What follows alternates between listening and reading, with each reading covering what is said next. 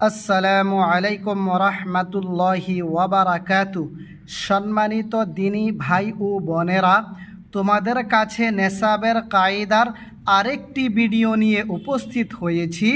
তবে তোমরা এই ভিডিওতে নেসাবের কায়দার 15 নম্বর পর্ব শিখবে। এর আগের ভিডিওতে তোমরা 14 নম্বর পর্ব শিখেছিলে। এখন তোমরা যেই পর্বটি শিখবে, এই পর্বতে জজমওয়ালা হরফ শিখবে। জজম কাকে বলে?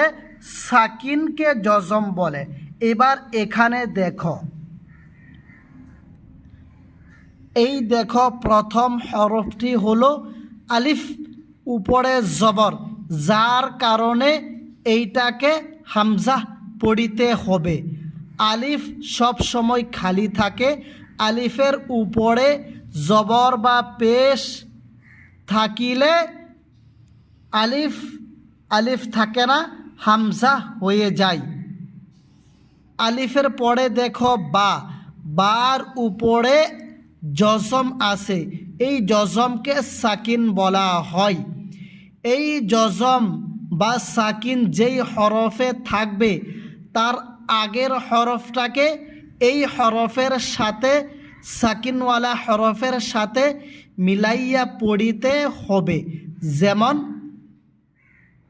হামজা বা জবর আব, হামজা বা জের ইব, হামজা বা পেশ উব, আব ইব উব। আরেকটি কথা তোমরা ভালো করে জেনে নাও, এই বার উপরে যে সাকিন আছে, এই সাকিনটা নড়ে যাবে, কারণ বা হলো হরফে কলকলা। এরপর হামজা তা জবর আত, হামজা তা জের ইত, হামজা তা পেশ উত, আত ইত উত। হামজা সিন জবর আস, হামজা সিন জের ইস, হামজা সিন পেশ উস, আস ইস উস।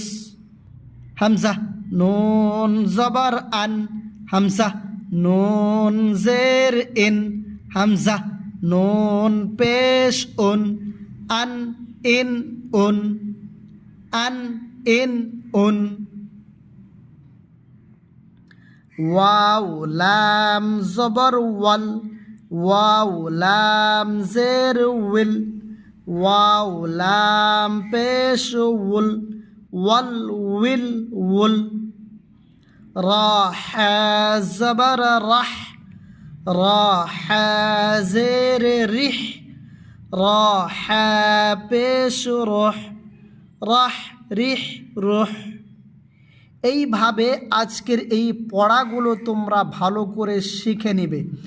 যারা টিউশন করিতেছ, তারা আমার এই চ্যানেলের ভিডিও দেখে পড়াগুলো সুন্দর করে বানিয়ে নিয়ে টিউশন হুজুরকে ভালো করে পড়ে শোনাবে। তোমাদের জন্যে অনেক সহজ হয়ে যাবে ইনশাআল্লাহ। আল্লাহ তাআলা আমাদের সবাইকে ভালো করে নেসাবের কায়দা শেখার জন্য তৌফিক দান করুক। বলো আমিন।